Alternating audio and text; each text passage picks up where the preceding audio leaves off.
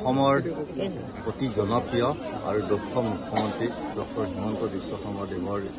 জনকল্যাণমূলক আঁচনি অৰুণোদয় 3.0 আৰু ৰন্ধন গেছৰ ৰাজ সাহায্যৰ যি প্ৰপত্ৰ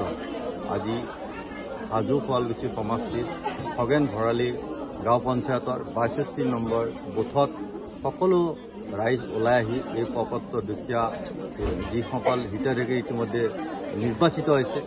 সেইসকল হিতাধিকাৰীৰ ঘৰে ঘৰে গৈ মুখ্যমন্ত্ৰীৰ শুভেচ্ছা হিতাধিকাৰী শুভেচ্ছা পত্ৰ ৰন্ধন গেছৰ ৰাজ সাহায্যৰ প্ৰপত্ৰ আৰু এখন APJ আব্দুল কালামৰ কিতাপ বিতৰণ কৰি প্ৰতিটো পৰিয়ালৰ ওচৰলৈ গৈ সকলোৱে এই কাৰ্য সম্পন্ন কৰিছে। মুখ্যমন্ত্ৰী মহোদয়ক বিশেষভাৱে এই অঞ্চলৰ জনসাধাৰণে বিশেষভাৱে ধন্যবাদ জনাইছে, কাৰণ অৰুণোদয় হিতাধিকাৰীসকলে যি ১২৫০ টকা পাই মাহে পাব, সেই ১২৫০ টকাৰ লগতে ৰাজ সাহায্যৰ ২৫০ টকা যি পাব, এই পইচাৰে একোটা দুখীয়া পৰিয়ালে বিভিন্ন ঔষধ পাতি বা নিজৰ ঘৰৰ সমস্যা সমাধান কৰাৰ ক্ষেত্ৰত বা ল'ৰা ছোৱালীক পোহপাল দিয়াৰ ক্ষেত্ৰত এটা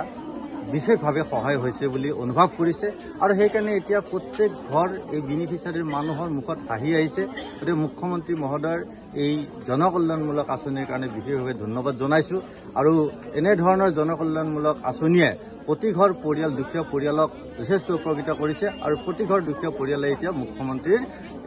এই আঁচনিৰ কাৰণে উৎফুল্লিত হৈছে, মুখ্যমন্ত্ৰীক আশীৰ্বাদ দিছে আৰু মুখ্যমন্ত্ৰীৰ লগত সদায় সহযোগ কৰি যোৱাৰ প্ৰতিশ্ৰুতি প্ৰদান কৰিছে। আমি মুখ্যমন্ত্ৰী মহোদয়ক পুনৰবাৰ হাজো শুৱালকুছি সমষ্টিৰ জনসাধাৰণৰ হৈ মই বিশেষভাৱে ধন্যবাদ জ্ঞাপন কৰিছোঁ।